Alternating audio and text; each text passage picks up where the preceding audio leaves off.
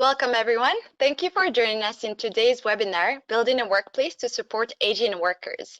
My name is Yusra Benjeloun, Administrative Coordinator and Project Manager with the Work Wellness Institute, and I'll be moderating today's webinar. We thank our academic team and our 9 founding partner organizations in the Harnessing Talent project. Harnessing Talent Alliance for Recruiting and Retaining Canadians with Disabilities and Mental Health Challenges is a 3-year project funded by Employment and Social Development Canada. If you would like to learn more, please visit our website at harnessingtalentalliance.ca. This webinar is made possible through the support of Employment and Social Development Canada, as well as donations and memberships to WWI. We thank our advisory committee and speakers who contribute to this webinar series. So while we're waiting for others to join us, I'll go over a few technical points for the webinar. You should be able to hear the presentation through your computer speakers or through the conference call line if you dialed in. Please use the question box to submit any issues you may be experiencing and any comments you may have, also any questions related to the webinar. We will collect questions submitted throughout the webinar and follow it with a Q&A based on the questions submitted. Please note that the Work Wellness Institute is recognized by the Society for Human Resource Management, SHRM, to offer professional development credits that we call PDCs. This program is valid for 1 PDC for SHRM CP or SHRM SCP.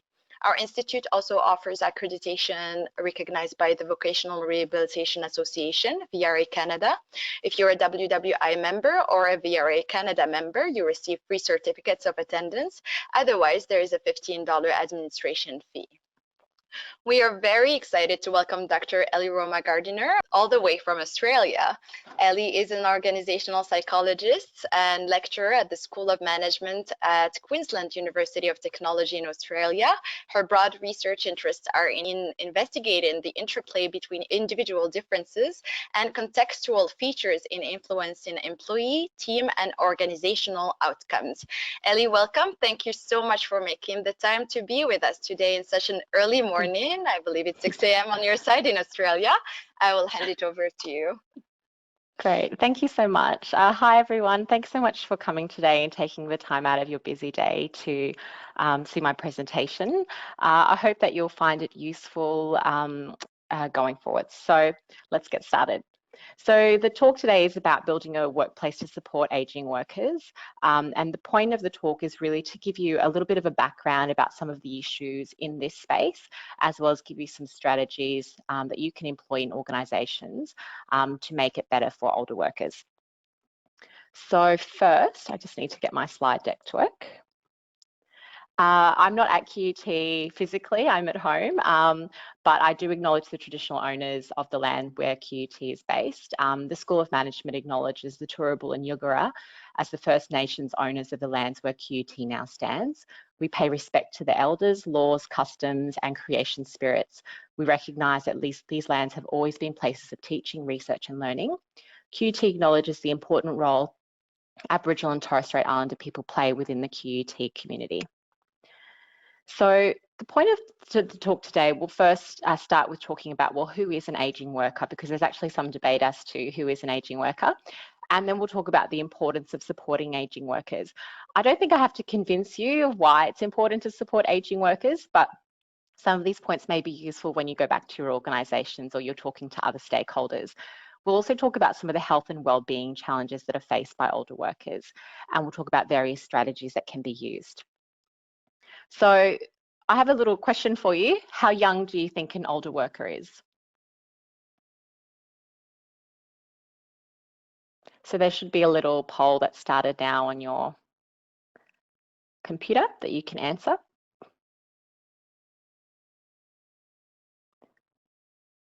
Okay, so I'm just waiting to see the poll results. Okay, great. Thanks, guys. So we'll go through actually how old an older worker is now. You may be surprised to know that most actually define older workers as older than 50, anything older than 50, which is quite young. But so that's 68% of you got that right. But for the 22% of you who said older than 45, that's actually the cutoff that we use here in Australia. And there are a number of other countries that use that cutoff as well. So I just wanted to bring this to your attention, because when we think about aging workers or older workers, many of us do think in our minds of people who look, in their late 50s, 60s and 70s. But actually the reality is that when you're looking at research that talks about, or policies that sometimes talk about older workers, a lot of the time they're actually talking about people around 45 or 50 years. So, it's something I think to keep in mind. There are a number of different ways that people can, organisations use to actually classify what an older worker is. So you can use this kind of chronological age cutoff, but that's not the only way that you can do it. So other types of definitions include where you are in your career path. So there's some research that says if you're older than 40 years, before 40 years is where you actually get to build your career. Then after 40 years is where you actually maintain your career. So after 40 years, it's almost as if, to me anyway, it sounds like what your training stops, interest in trying new things stops. So I think this notion of how old an older worker is and thinking about the different ways to define it is important, because when we put in place policies, or we have, I guess, stereotypes about what workers might be interested in, often we will think about where they are in terms of their career path and their age.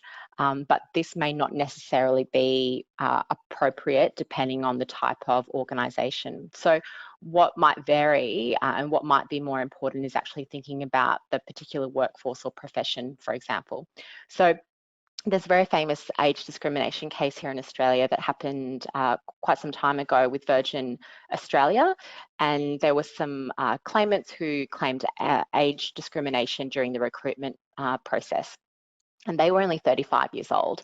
So relative, and so if you read the case, you'll see that there wasn't anyone in the flight attendant type of job type that was over 36 years of age who actually had passed that recruitment phase. So it goes to show that some countries might have a 45-year-old cutoff, others 55, but some industries might have as low as 35. So why are older workers so important? You might notice that there's actually quite a lot of attention looking at older workers at the moment. There's some statistics to suggest that by 2050, the number of people aged 60 and above will be more than double, approximately 2 billion people, so 20% of the world's population. Aging societies are struggling to meet the needs of the aging population and manage the shrinking labour force. There's also slower economic growth associated with aging. So we're starting to see that there's this kind of negative connotation from work participation, employment, I guess, broader economic position, that aging isn't great for countries. It shrinks growth rates. It can create labour shortages. Many organisations, and some estimate as much as 36% of organisations globally, experience significant shortages of trained workers, despite high levels of unemployment. There's something going on here, and we'll explore this as we go further. There's some data to suggest that Canada in particular has very high levels of people entering retirement age early, or entering retirement age at the right time. Which means that there's actually quite a lot of people who are leaving the workforce and creating labour shortages there. So who benefits from older workers working? Aging, like I said before, is often seen as a burden. Older workers, I think, are sometimes blamed for intergenerational inequalities, and this is usually around decisions that older workers make when retiring. Okay, so who benefits from older workers? So a lot of governments around the world have put in place strategies and policies to encourage older workers to stay at work. One of the main ways they've tried to do this is actually just to try and increase the retirement age, which is only, I guess, part of a solution. So it's not a bad idea to do that, to encourage people to stay at work longer. But I guess the issue is that if there aren't policies and organisations that are actually willing to support older workers, it's not actually going to serve the benefit of keeping older workers in the workplace. all it's going to do is actually force some people to work because they don't have any other option. And the people who can leave will still leave. So it's one strategy, but it's not necessarily the only or the best strategy. It can't really work on its own. So governments have a really strong incentive to keep older workers at work. We need older workers as well as community members in order to make sure that we have continuity of care. So for example, think about, a lot of the specialists that you might see in the healthcare profession. They have been doing their job for many, many, many years and are very experienced. So in order for us to still have that knowledge, it is really important that we have older workers stay at work. Organisations also need older workers, as I said earlier, in order to help with some of the labour shortages and to retain organisational knowledge. Having people who've been in the workplace for a long period of time means that the organisation has high levels of human capital that they can draw on. The issue, though, is that we often think about the decision of older workers to participate in the workplace as being solely their decision. And so you see comments like this sometimes in the media. So seeing retirement as an unplanned exit from the labour market rather than something that's planned or something people might look forward to. Leaving work prematurely. So this idea that even though you've worked 40 or 50 years and you decide to retire, you're actually leaving too early. A relic of the past, which leads to a waste of human capital. So these are all from government documents. The first two are from the UK. And these are kind of how governments and organisations view retirement. Older workers choose early retirement because they do not fully understand the consequences it has on the private economy. And so again, I think this comment highlights the fact that it's as if the decision to retire is solely on the individual, and it's a selfish decision, and it's a decision that doesn't make sense. So only if these people knew better, they wouldn't think about retiring. So I put these quotes here to you because we see the benefit. I'm obviously not an older worker, but I see the benefit of having older workers stay at work. Governments understand the importance of having older workers at work. But what I don't see is a lot of discussion about how do older workers actually benefit. What incentivises them to stay in the workplace, and what can organisations do to actually make it better for them to actually participate?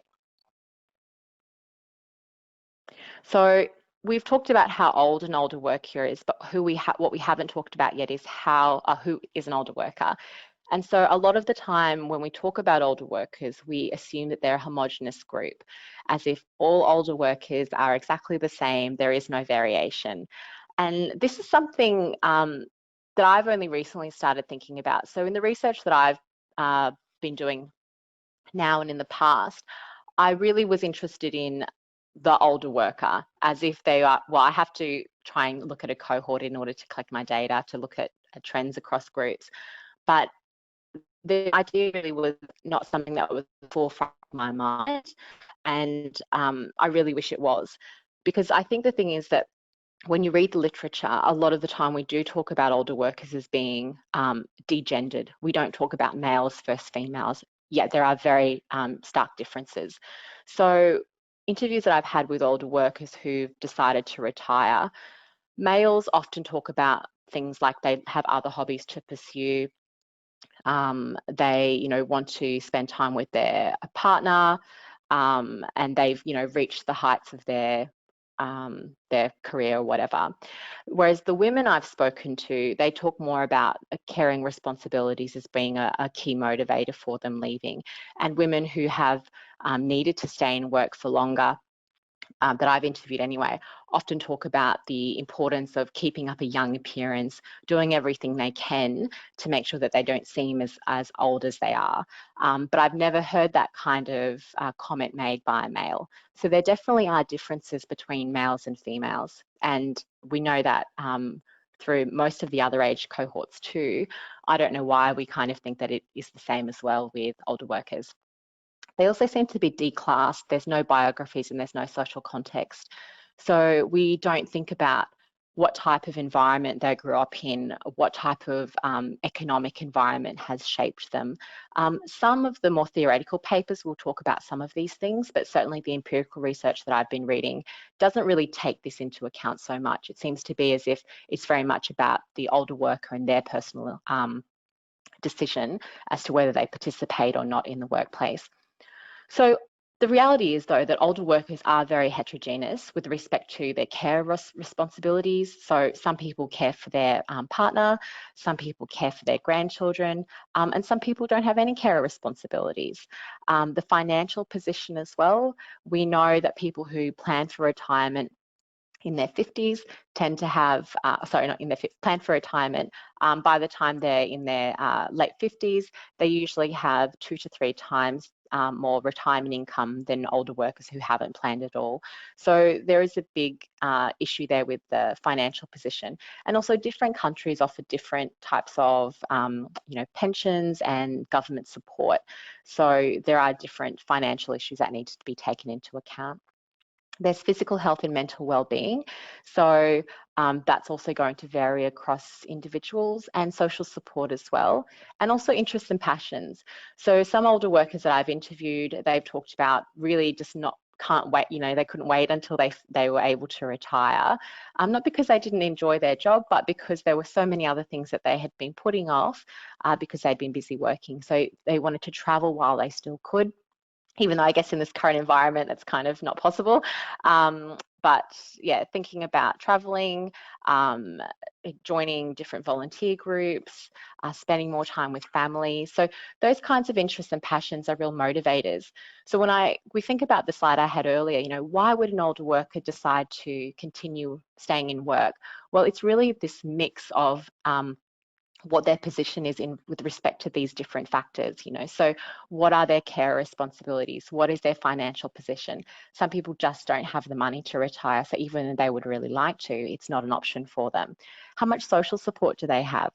If they get all of their social support through their workplace because they've been working there for 20 years or so, you can understand why people might be more enticed to actually stay in the workplace. So we can't ignore, though, that there are some common health and wellbeing challenges for older workers. And I think the very unique thing about older workers is that you may not be an older worker now, but one day you will be. And so I think it's important to be aware of some of these health and wellbeing challenges, but also to put it into context. So certainly as we all age, it's normal. There's going to be a decline in physical health. So things like muscle strength, bone density, and aerobic capacity. But the extent of the decline is really closely related with those individual factors. So things that are unique to you around your lifestyle, your body weight, your fitness level, and genetics. So even though as a whole, as we age, we all decline, it really does depend on your own individual circumstances as well. So, I'm sure there are 50-year-olds that are fitter than me. It's not that hard, I think, but I'm sure there are. But just the same as I think that there are some, 20-year-olds who are, extremely fit, 30-year-olds that are extremely fit, 70-year-olds that are extremely fit. So it really does depend on your own individual, lifestyle there. Some cognitive processes decrease. So there's some research to show that the precision and speed of perceptual processes actually decreases over time, but some also actually improve. So the ability to use language and process complex problems actually improves a little bit. So physical and cognitive decline may not matter. It depends on the job. So I'm an academic, so a lot of the time I'm at my computer, pretty much glued to my computer. So me not being able to run very fast or carry heavy things doesn't make a difference. I don't see how that would make a difference now or in the next kind of 20 years, right? So it really does depend on your role. Whereas obviously if you're working in construction, having difficulty, lifting and perhaps having past injuries that might aggravate a sore back or an injured neck, these are things that are going to curtail how long you can actually do that particular role. any cognitive decline that may be experienced is likely to be buffered by job knowledge. So if you've been doing a job for long enough, I'm sure from your own experience, you'll see that you don't actually need to be paying attention 100%, unlike when you might have first started, right? So preparing for the talk this morning, I got up a little bit earlier than usual. I did some preparation last night. I organised my slides a couple of weeks ago, but if this was like 10 years ago, I probably would have spent a week and a half, just preparing for a 1-hour talk. And that's just because I would have, not had the knowledge to support this presentation. I would have had to do a lot more kind of background and preparation. So you don't need to necessarily be operating at your optimal point all the time. And I know sometimes this is a shock for organisations because they obviously want to think about what output they can get from their workers. But most jobs do not require you to be paying 100% all the time. There are some points where you do have to be at your optimal, but a lot of the time you're actually competent, and just meeting the requirements is actually enough. So even though there is some cognitive and physical decline, which I wanted to point out with you using this slide, I also just want to make it clear that it is very much dependent on the individual. It's very much dependent on the job, and also thinking about working at your peak performance kind of 24/7, I think is a little bit of a myth. So I guess you can kind of see the picture or the stance I'm trying to convey to you, which is I don't think the goal in terms of building workplaces that better support ageing workers is around forcing older workers to work longer, or just saying, look, we're not going to let you retire so we've moved the retirement age up. I don't think that's actually a good strategy. I think what we should be doing isn't about forcing people to stay at work. It should be about making work attractive enough so that it supports their ageing and lifestyle rather than detracting from it. So it's about making sure that the older workers actually want to stay there rather than just feeling like they have no other option. So, easier said than done. How do we do this? So there's one study, actually, this is a Canadian study I wanted to speak with you about. So this study actually is a bibliometric review. So what they did was they looked at data over, I forgot the time period, but I'd say, a couple of decades. And then they looked at 122 papers that were looking at strategies that support the aging workforce. And they found, after looking through those 122 papers, that this type of matrix or diagram emerged. So they found that the things that were really important in terms of strategies were things around human resource management, human capital, the institution. So what kinds of policies and practices the institution actually had to support ageing workers, as well as health. So how physically demanding is the job? What type of work environment is in that organisation? What's the infrastructure to support health as well? And then they also looked at technology tools. So things like workstation design, not just, ergonomic chairs, but also people who work in manufacturing. How could they make things a little bit easier? What kinds of aids or supports could they have if employees had to carry or move, heavy equipment, or if they had repetitive type work that could cause some kind of strain injury? They looked at things like artificial intelligence and how could that also support ageing workers. So firstly, I want to point out a few things about this slide. Firstly, look at the range of different strategies. So there's a number of things that organisations can do. There's not just one thing that's going to work absolutely. You need to think about having a range of strategies in place. And you can see also from this slide that things range from things that are very external to the individual and unique to the organisation, such as these institutional factors, as well as things that are very unique to the individual, such as their health position, what type of requirements do they need, perhaps just for the job, but also perhaps because of their particular health status. And you can see the key role that HRM plays in helping to support ageing workers. They set up the strategy, they help establish the practices, and they are able to make sure that the human capital, the company is able to get the most out of the human capital, and that at that broader institutional level, there are strategies in place that are strategically aligned with actually having an ageing workforce that feels supported. So the points here with the stars are the ones that I'm going to go in a little bit more into a little bit more detail with. So HRM attitudes.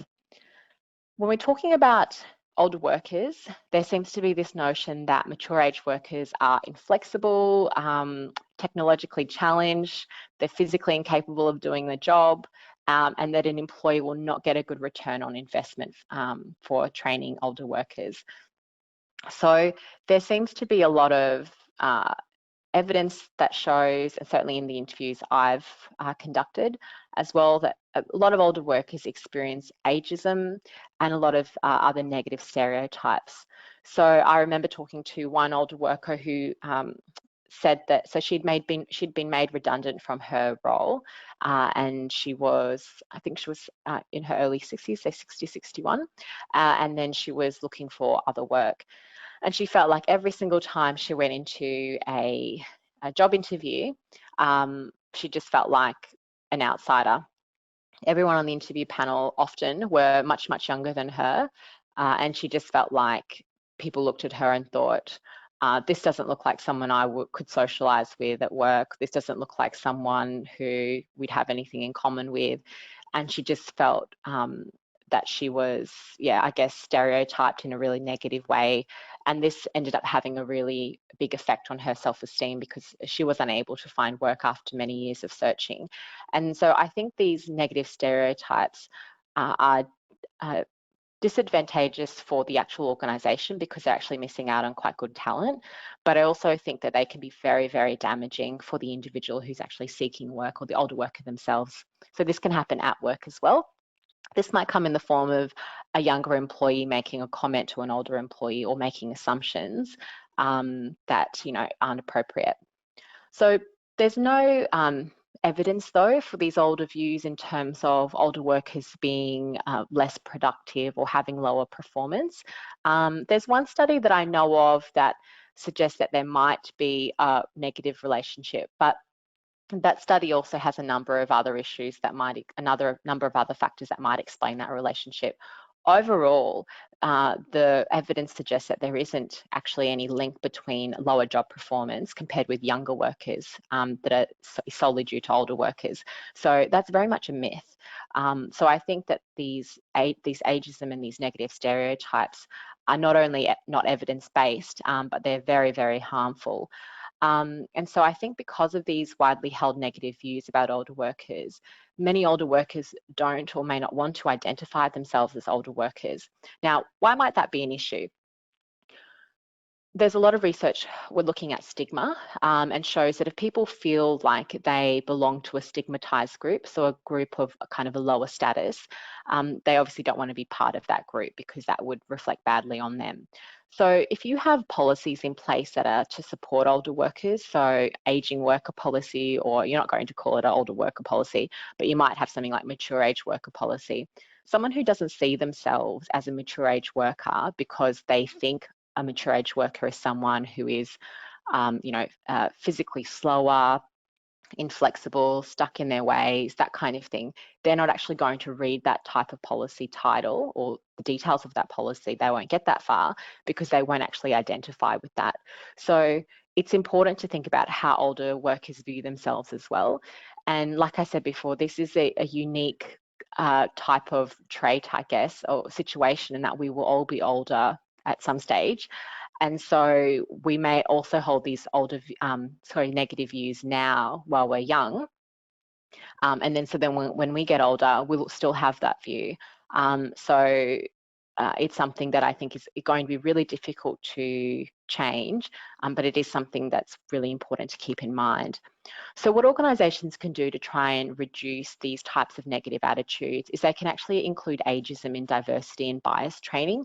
A lot of the time we think about gender or ethnic diversity, which are of course also very important, But ageism is also a very important bias to be aware of, because this influences so many personnel decisions. And I think that the people who actually are making those personnel decisions are people who are around recruitment and selection, managers who decide who gets to be trained and who doesn't, anything to do with promotion. These people in particular should have some training in ageism. Okay. So we move on now to discrimination, which is, I guess, a little bit more of a severe form of these kind of negative attitudes, because usually an action has been done. So there's direct discrimination and there's indirect discrimination. Direct discrimination is when someone is directly discriminated against because of their attribute. So someone who experiences direct age discrimination may be told that they can't apply for a job because they're too old, or they may not get a job because it's inferred that because they're old, they won't be suitable for that role. That's a very clear-cut case of age discrimination. Indirect discrimination is when there's a facially neutral requirement of the organisational role that actually disadvantages a particular group.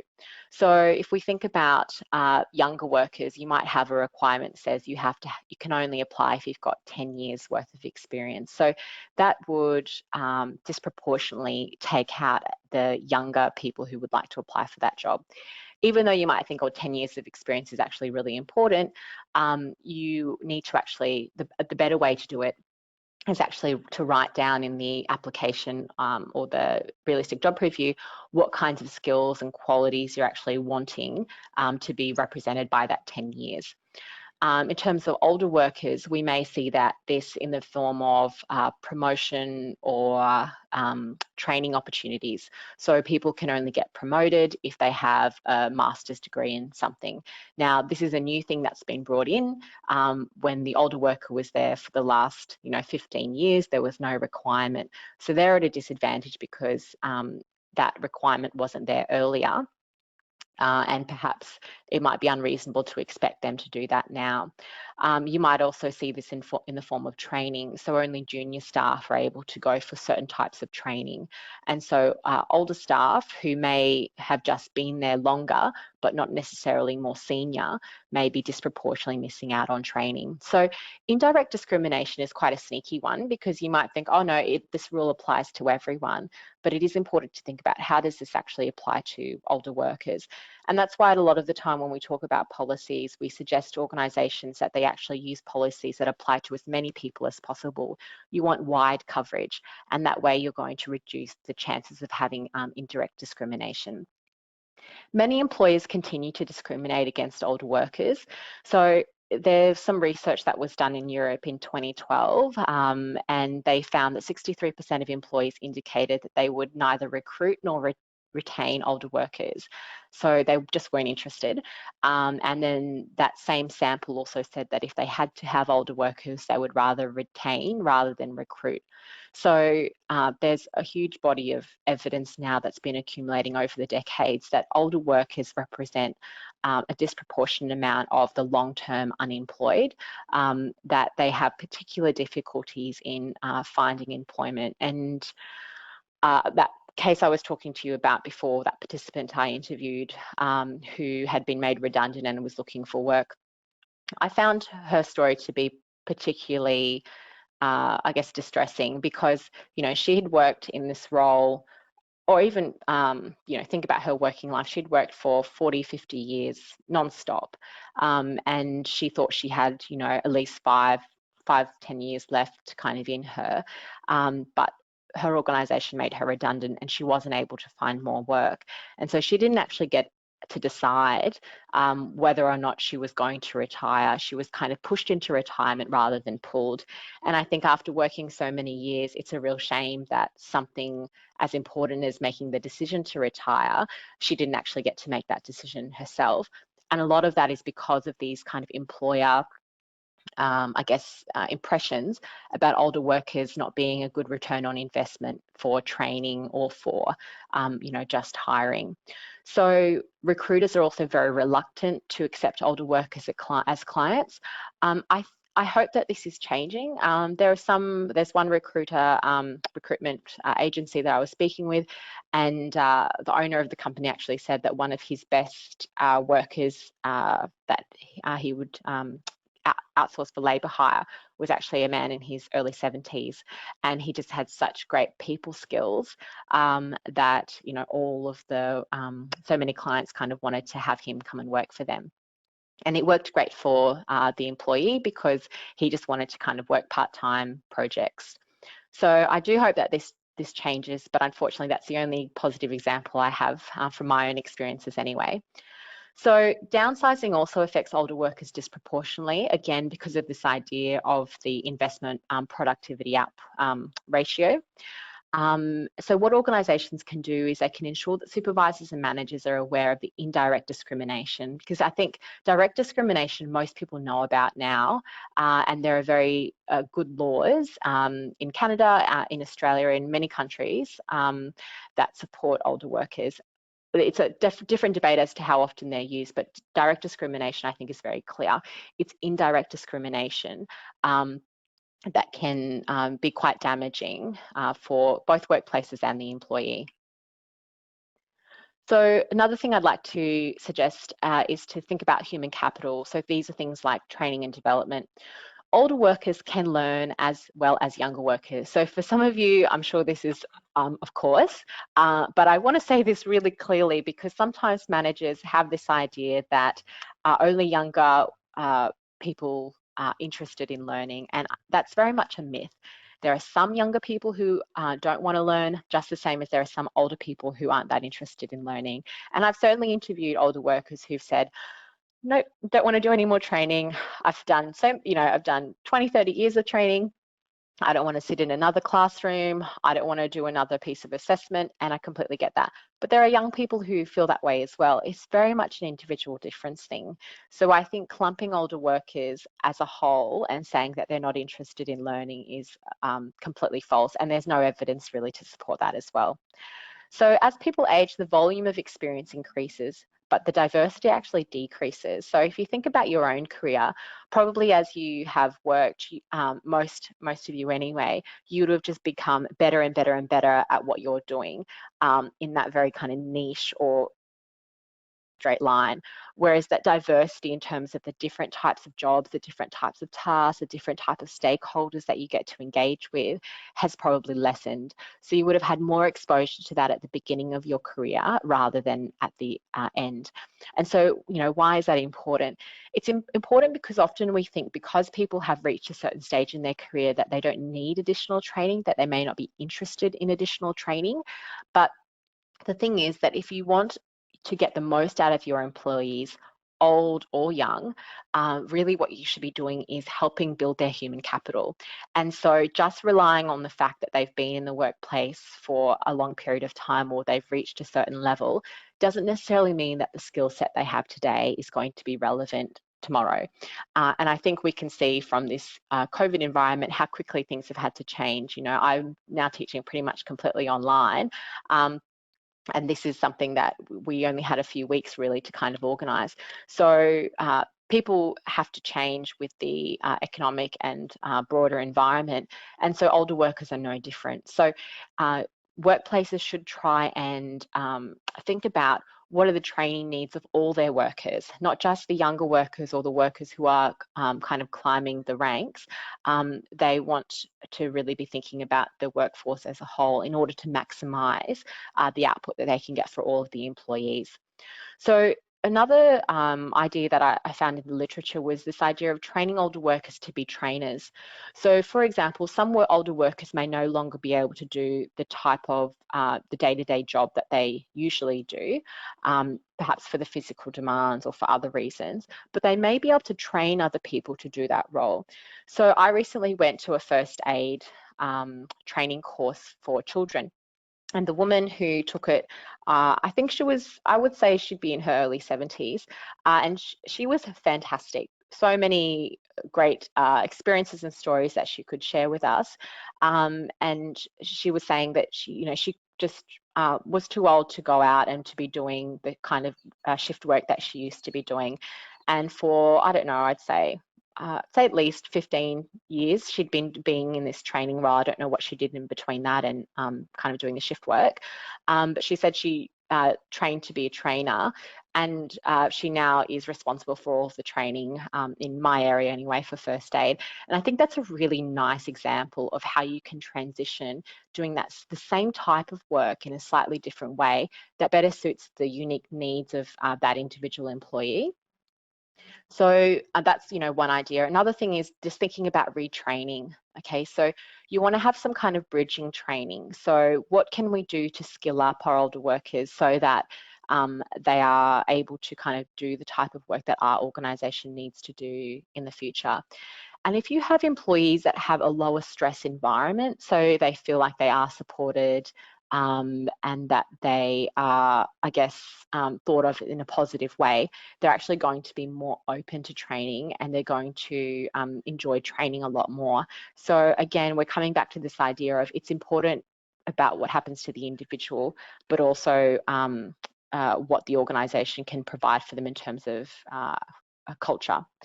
So another thing I'd like to cover is this institution and workplace policy. So I've kind of already touched on this. We want to make sure that all policies are as broad as possible. So if you can imagine you're going into a public building, you want there to be ramp access as well as stair access. So someone who's in a wheelchair doesn't have to ask for additional support to get into the building. It's already there. Everyone has access to it with no discrimination. And we want that same kind of thing with workplace policies.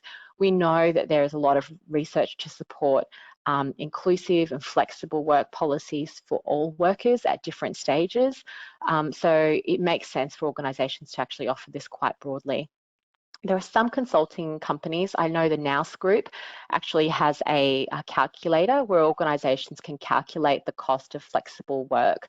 So if they offer flexible work to 100 employees, it will actually calculate for you what you might be expecting in terms of cost.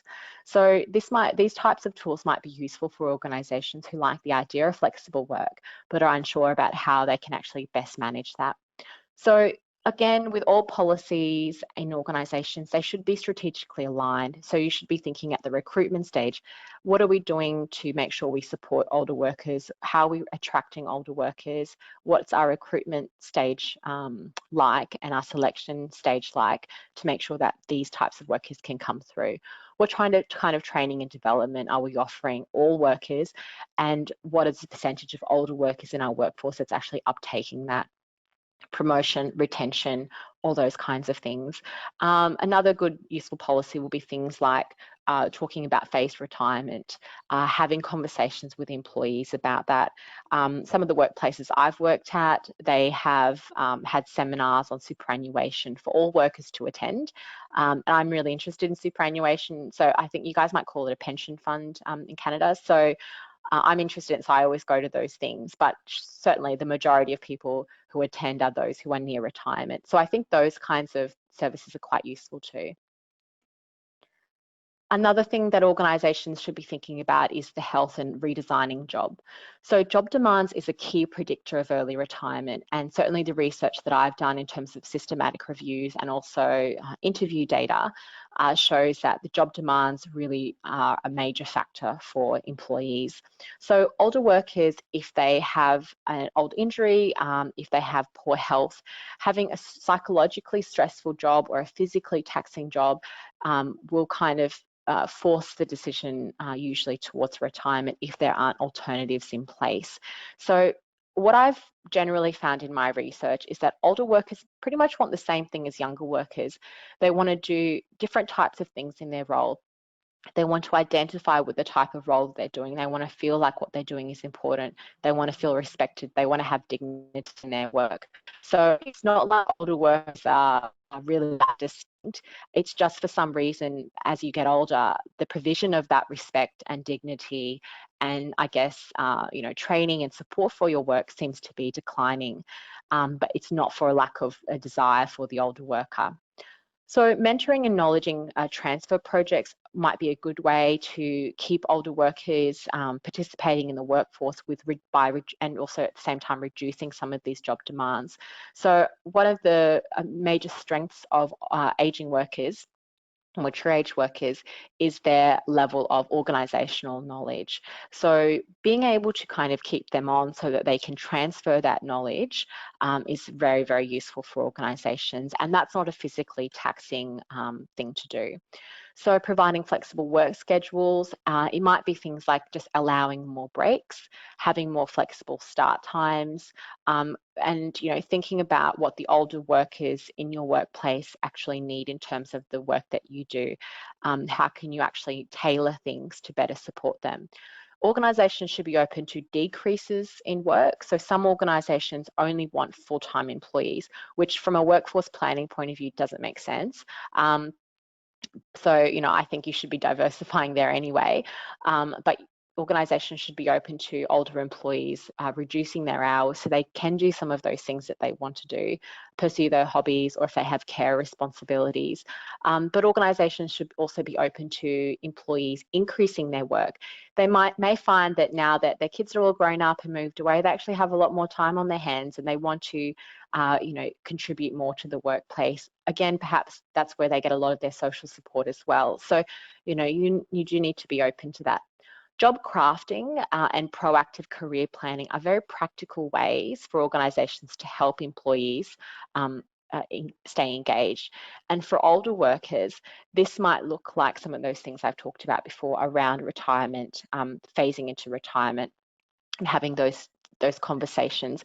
It's really important to give your workers, older workers, a chance to actually say what they want. I've worked in some organisations. So one organisation I'm thinking of, they basically said, once you get to this age, we really want you seriously to consider retiring. And it was to the point where sometimes older workers were getting, the same email every few weeks saying you should think about retiring, you should think about retiring. And I guess from the organisation's point of view, they were doing the right thing in that they were providing, information about phased retirement. The problem, though, is if you get an email every few weeks saying, why don't you think about leaving? Why don't you think about leaving? Very soon you'll kind of get the hint, my organisation doesn't want me to stay here. So, after talking about all those kinds of things, I tried to bring together all of the latest research to give you this to-do list. So I've given you the context, but in terms of what I think you should add to your to-do list, these are the top 4. So firstly, I think you should include ageism as part of your organisation's diversity and people management training. So thinking about those who actually manage and make personnel decisions, how can you make sure that they actually reduce their bias or at least are aware of their bias, particularly with respect to indirect discrimination? I also think it's important to not make assumptions about older workers. So workplaces should be making it clear that these are not a heterogeneous group.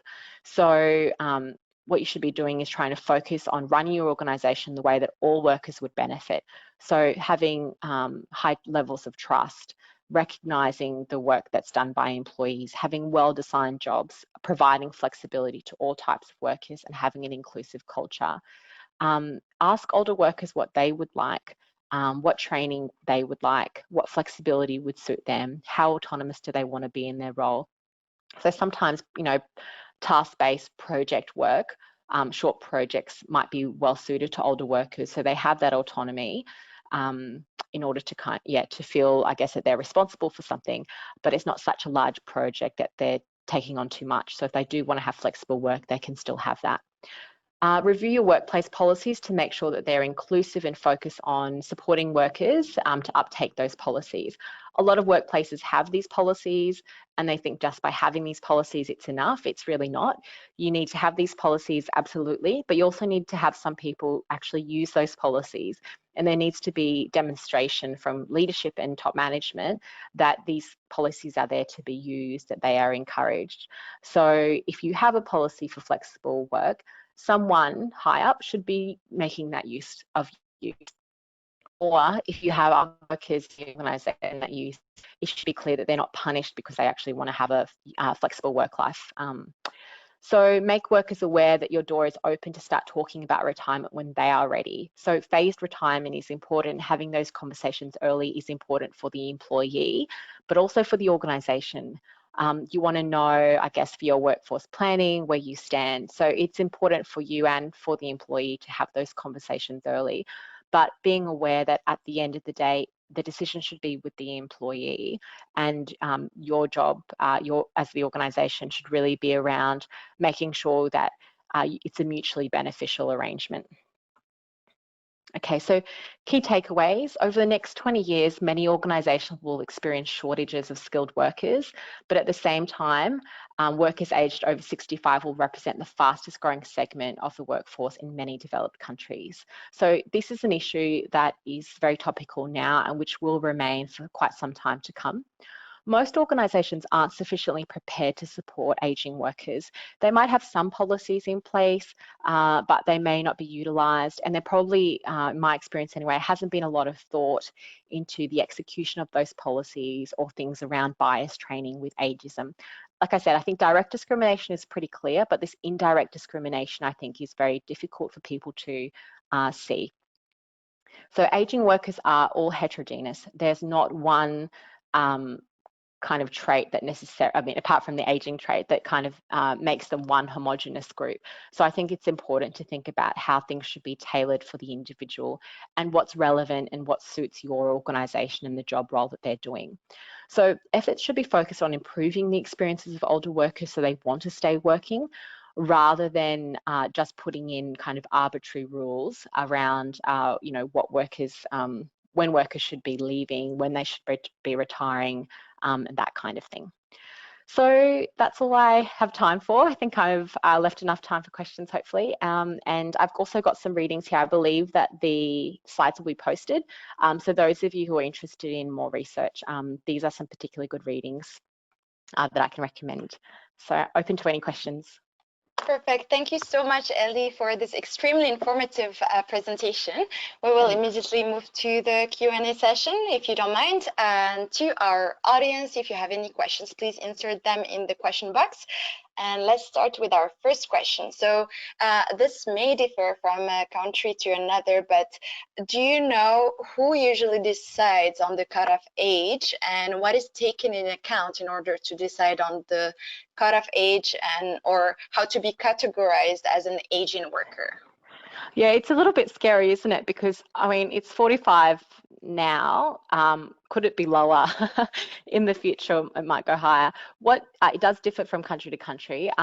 What I know that a lot of the time these are economists or statisticians that make these decisions, and I think they look at the overall age of the working population, and then they kind of look at those segments and make those decisions. So I don't think that these are necessarily based on health reasons or anything like that. And I think you can see that it's not necessarily tied to retirement age, because you see that it's quite a big difference between 45 years old and I think in Australia it's 66 years old, which is the retirement age. So it's quite a large difference there. So it tends to be more of this kind of economic overall workforce picture that they're extracting that data from. Perfect, thank you. The second question is, to the best of your knowledge, are there any programs implemented in workplaces that successfully support the aging workforce? And if yes, how is this success measured?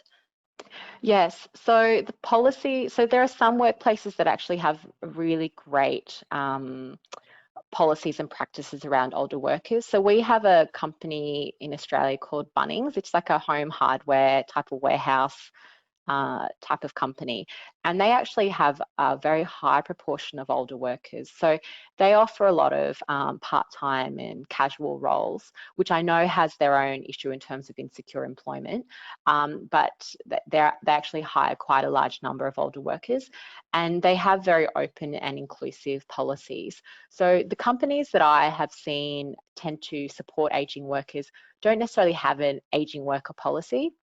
They actually have very good policies around diversity and flexible work for all employees. So whatever your need is, whether it be for caring responsibilities for young children or for grandchildren or for study, there are options in place for you to take advantage of flexible work. So I think, I guess getting back to my main point, which is that older workers are unique in some ways, but they're not totally different from other workers. So they very much want the same thing as younger workers. So my experience, the companies that have done well are those companies that actually are already doing well. So for companies who are kind of wanting to better support aging workers, I would think about what's a policy, low-hanging fruit, what's a policy that would benefit most workers, and just kind of introducing that to see how that goes and then building on that success. Perfect, thank you. And our next question is about a specific example. So about nurses. Nurses are going to be retiring in great numbers over the next 10 years or so. How can we make our senior leadership teams look at hiring older nurses as mentors and make this meaningful work? Yes, I think this is I think the thing is, firstly, nurses are retiring great numbers over the next 10 years, but they have been retiring for a very, very long time. I've done a fair bit of work in nursing. I did the recruitment and selection package for one of the large hospitals here in Brisbane, and this is quite some time ago. And that profession actually has a lot of other issues. So older workers is one of it, but I think Australia, but I don't think Canada is that different. But there's a lot of bullying that goes on in that type of industry, and there's a lot of physical strain that comes along with shift work. So I think it is a good idea to think about how senior leadership teams can think about hiring older nurses to act as mentors. How to make it useful? I think the thing is to demonstrate to the organisation what knowledge these more experienced nurses have, and I guess how important it is to have longevity and continuity of service. I think the other thing that you have on your side is the fact that one of the key drivers of having older workers stay in the workplace, if you look at many of the government policies from around the world, what's driving it is the fact that we have aging population that needs more healthcare, and also we have an aging healthcare system, healthcare workers. So I would actually just put forward a very strong economic argument as to what is needed in terms of having more nurses in that role. And I would also put forward an argument around organisational knowledge and continuity of service. And I would also put forward this idea of supporting older workers and giving them a stronger voice to mentor will actually help retain younger workers because of some of these other issues that go on. So like I said, in terms of bullying and the difficulties of doing that type of role, having mentors who've been through it and who have survived it and probably have had to deal with a lot worse will actually be quite beneficial for these younger nurses as they're coming through, to have kind of sage knowledge and to be able to see that someone has actually been able to stay in the profession for a long period of time. So I think you could actually attack it from a number of different angles. Thank you so much for this excellent answer. Our next question is, what factors do you think lead to the stigmatization and discrimination toward an Asian worker? And how can we bring awareness to organizations and employers in terms of reducing stigma and discrimination? Yeah, I mean, that's a huge question. I wish we had more time.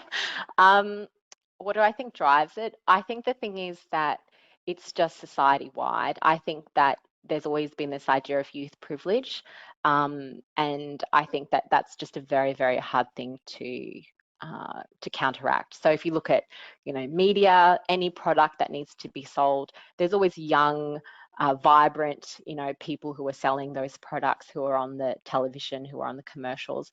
We very rarely see older people in movies, in advertising or anything like that. So I think there's a real stigma just generally around what youth is and how important it is. And that's kind of why I brought up some of those quotes around, the burden of aging and how retirement is a selfish decision, because we don't even recognise as a society that someone who has worked for 40 or 50 years is entitled to take a break. So I think there are a lot of kind of systemic, long-held views about age being a negative thing and youth being kind of everything. I do think that's slightly changing. We're seeing, I think, a lot of different social shifts at the moment, and I hope that changing the stigma is kind of going to be one of them. But I'm not kind of honestly holding my breath for too long about that. So I think what organisations can do is they should actually be thinking themselves about, you know, that they themselves are going to be an older worker one day. And so if you want to stay in this company for the next 10 years or whatever, what do you want your life to be like? You know, and so I think getting people to actually think from their point of view how they would like to be treated as an older worker is important. In terms of what can be done to change it, I think just start small. So start with some really great examples of older workers who've done amazing things in the workplace. If you don't have any, find a close example and talk about, you know, how the older workers can make a difference to the organisation. And also, if you're an older worker yourself, you can model to your organisation, go to a new training thing, try something different that people won't necessarily expect you to do, and show that you enjoy it, that you're open to it. Not that you're the best at it, but show that you're open to it. And I think that will start the conversation going. Perfect. Thank you so much, Ellie. We're arriving at the end of this webinar. Thank you for helping us identify who is the Asian workforce, as well as describing different strategies to support Asian workers and demonstrating how important it is to do so. We truly appreciate your time and valuable insight. Thank you very much. Thank you so much. To our audience, thank you for your continued support and your attention. The recording of this webinar will be available on our website within 2 weeks, along with the slides. All registrants will receive a notification email when these items are available. A reminder that this program is valid for 1 PDC or professional development credit for the SHRM CP or SHRM SCP, recognized by the Society for Human Resource Management. If you're a WWI member or a VRA Canada member, you receive free certificates of attendance. Otherwise, there is a $15 administration fee. Immediately following this webinar, you will be directed to the evaluation survey. We greatly appreciate your input on our webinars, as well as suggestions for future topic areas. Our next webinar is titled The Role of Workplace in Promoting or Hindering Physical Activity Outside of Work. It's presented by Dr. Avi Biswas, Associate Scientist at the Institute for Work and Health and Assistant Professor at the University of Toronto's Dalla Lana School of Public Health. Please visit our website for more details at workwellnessinstitute.org and register for free. All of our live webinars are accessible to the public. Thank you again for your participation. Stay safe and take care of yourselves. Bye-bye.